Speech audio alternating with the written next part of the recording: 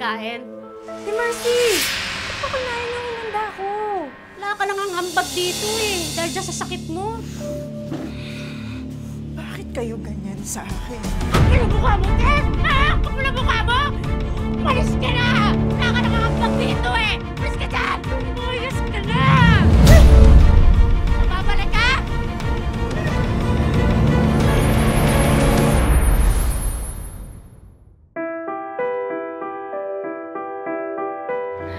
Si Totoy kanina pa iyak ng iyak. Wala akong pambiling gatas.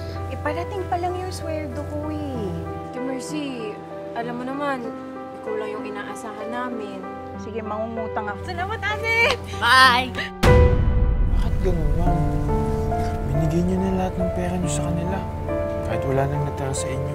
Charles, mga kapatid ko kasi sila eh. Nakakawa naman yung ali, oh. Hindi ka na! Kaya ikaw, magsumikap ka, ha? Para balang araw makakatulong ka sa pamilya mo. Ma'am Mercy? Huwag kang lalambot. Lahat naubos ko na sa mga kapatid ko. Hanggang ngayon, mataas pa din ang respeto ko sa inyo.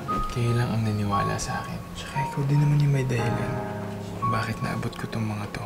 Ma'am, huwag mo lang kausapin yung nanay ko tungkol sa grades ko. Ikaw ang naniwala sa akin na may makakating ako. Oo, dati ko siyang teacher.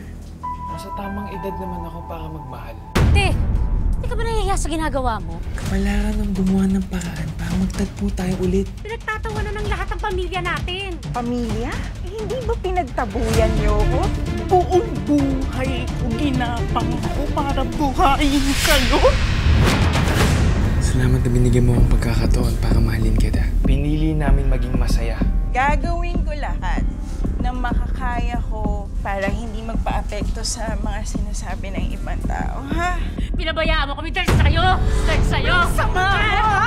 Ang sama mo! Malisa kayo! Ate, huwag mo sirain sarili mo. Naka-record to. Malisa kayo dito! Mga baliw!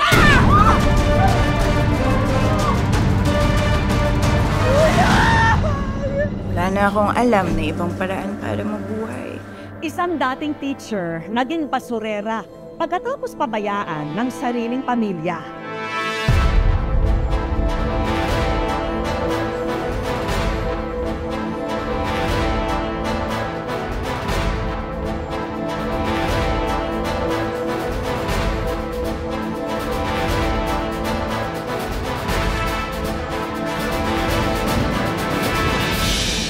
Abangan sa Wish Ko Lang ngayong Sabado, 4 p.m.